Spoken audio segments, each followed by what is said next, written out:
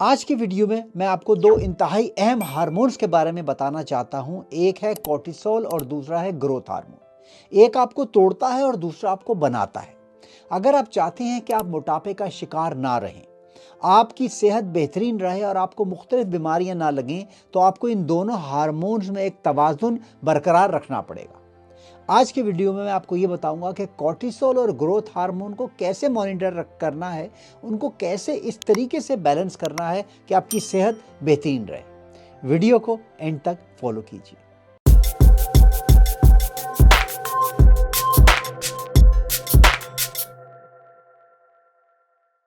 Cortisol आपके जिस्म में एड्रीनल ग्लैंड्स पैदा करते हैं। ये जिस्म के लिए शॉर्ट टर्म में कलील मुद्दत के लिए एक इंतहाई अहम हार्मोन है। जब भी आपको किसी खतरे का सामना होता है तो कॉर्टिसोल एकदम से बढ़ता है।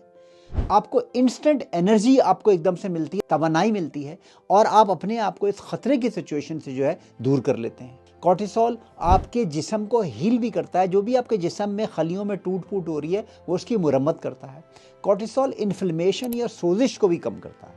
मसला ये है कि जब कॉर्टिसोल आपका मुस्तकिल बढ़ा रहा है, यानी कि जब आप एंग्जाइटी में, स्ट्रेस में, दबाव में, जहनी तनाव में हमेशा रहते हैं और कॉर्टिसोल आपका बढ़ा रहता है, तो आपके जिस्म के लिए ख़तरनाक हो जाता है और टूट फूट करता है आपके जिस्म के अंदर। ये सबसे पहले तो ऐसे लोग जिनके अंदर कॉर्टिसोल हाई होता है, क्रॉनिक एंग्जाइटी और दबाव और स्ट्रेस का, नफ्सियाती दबाव का शिकार रहते हैं।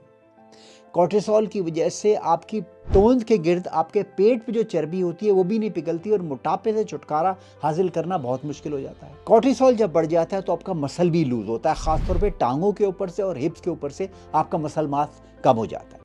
अगर मेरा आज का वीडियो आपको अब तक पसंद आ रहा है तो अपनी फैमिली और फ्रेंड्स से इसको शेयर कीजिए, मेरे चैनल को लाइक और सब्सक्राइब कीजिए।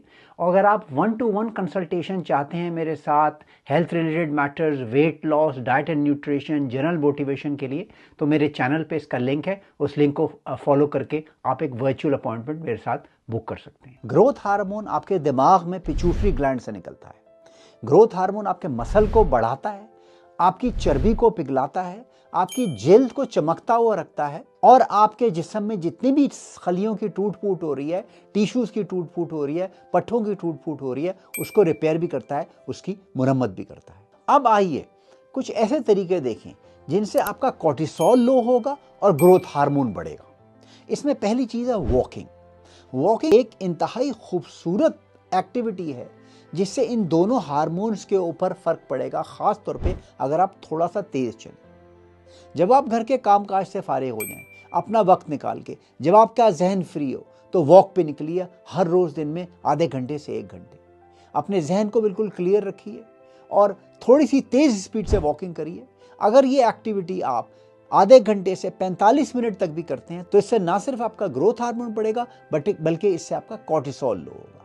आपके पेट के इर्द गिर्द जो है वो चर्बी पिघलेगी, आपका दिल और आपके फेफड़े कंडीशन होंगे और मजबूत होंगे और आपके पट्टे बिल्ड होंगे, क्योंकि ये एक्टिविटी, चलने की एक्टिविटी, आपके ग्रोथ हार्मोन को बढ़ाएगी और कॉर्टिसोल को लो करेगी। दूसरी अहम चीज़ जो इन दोनों हार्मोन्स को असर करती है वो स्लीप, यानी कि सही तरीके की नींद, 6 से 8 घंटे की डीप स्लीप। इसके लिए मैं पहले भी आपको बता चुका हूं कि रात को जब आप सोने के लिए लेटे तो अपने मोबाइल फ़ोन को और टीवी को 1 घंटे पहले स्विच कर दें ताकि आपका ब्रेन काम हो जाए। कमरा जो है जिसमें आप सो रहे हैं वो ठंडा होना चाहिए और बिल्कुल डार्क होना चाहिए, पिच ब्लैक। इससे आपको सोने में मदद मिलेगी। हर रोज़ एक रूटीन रखिए कि मैंने 10 बजे या 11 बजे सो जाना है ताकि आपका ब्रेन कंडीशन हो। और ये भी हर रोज़ ये अपने ब्रेन को कंडीशन कीजिए कि मुझे सुबह 6 बजे या 7 बजे या 8 बजे उठना है। अगर आप नींद पूरी करते हैं तो ऑटोमेटिकली आपका कॉर्टिसोल लो होगा और आपका जिस्म सेहतमंद होगा और सोते सोते में आपकी चर्बी पिघलना शुरू हो जाएगी। तीसरी अहम एक्टिविटी जो दोनों हार्मोन के ऊपर फ़र्क डालती है वो है एक्सरसाइज। मगर एक्सरसाइज में ये ख्याल रखिए कि कार्डियो एक्सरसाइज घंटों घंटों तक मत कीजिए। अगर आप कार्डियो एक्सरसाइज करते हैं, जो भी हो, running, walking, jogging, swimming, treadmill, skipping, इन एक्सरसाइजेस से अगर आप बहुत देर तक करें, आधे घंटे, 35 मिनट, 40 मिनट, इससे आपका कॉर्टिसोल हाई हो सकता है। तो अपनी एक्सरसाइज को कॉम्बिनेशन रखिए रेजिस्टेंस एक्सरसाइज और कार्डियो एक्सरसाइज। अगर आप 1 घंटे एक्सरसाइज करते हैं तो 20 मिनट उसमें से कार्डियो कीजिए, कोई भी, वॉकिंग हो गई, ट्रेडमिल हो गई, स्टेपिंग हो गई, स्किपिंग हो गई, स्विमिंग हो गई, और बाकी 40 मिनट जो है वो रेजिस्टेंस ट्रेनिंग कीजिए। रेजिस्टेंस ट्रेनिंग से जब आपके मसल बिल्ड होंगे तो आपका ग्रोथ हार्मोन इंक्रीज होगा, और ग्रोथ हार्मोन जब इंक्रीज होगा तो चर्बी पिघलेगी और आप सेहतमंद रहेंगे। अगली एक्टिविटी है इंटरमिटेंट फास्टिंग, जो मेरी पसंदीदा टाइप की फास्टिंग है। इंटरमिटेंट फास्टिंग में आपने 12 से 16 घंटे हर रोज कुछ नहीं खाना। रात को आप 8 बजे सोए, सुबह 8 बजे उठे, 12 घंटे हो गए। सुबह 8 बजे उठ के नाश्ता मत कीजिए, उसको 4 घंटे और आगे लेके जाइए, 16 घंटे हो गए। 16 घंटे में आपने कुछ नहीं खाना। इन 16 घंटे में जब आप कुछ नहीं खाएंगे, आपकी इंसुलिन लो होगी, तो आपका कोर्टिसोल भी लो होगा और आपका ग्रोथ हार्मोन बढ़ेगा। जब आप खाना खाएं, बाकी 6 से 8 घंटे में 2 जो आपके मील्स हो, उसमें हाई क्वालिटी प्रोटीन, दालें, नट्स, सब्जियां, ये चीज़ें इस्तेमाल कीजिए। अगर आप कार्बोहाइड्रेट खा भी रहे हैं, जैसे कि रोटी चावल, तो कोशिश कीजिए उसको सलाद के साथ खाएं, सब्जियों के साथ खाएं, कच्ची सब्जियों के साथ खाएं, ताकि उसकी एब्जॉर्प्शन स्लो हो, शुगर स्लो रिलीज हो और आपकी कोर्टिसोल स्पाइक ना करे और आपको इससे नुकसान ना हो। जब तक आप अपने ज़िंदगी के रोज़मर्रा के स्ट्रेस को कंट्रोल नहीं करेंगे, आपका कोर्टिसोल लो नहीं होगा।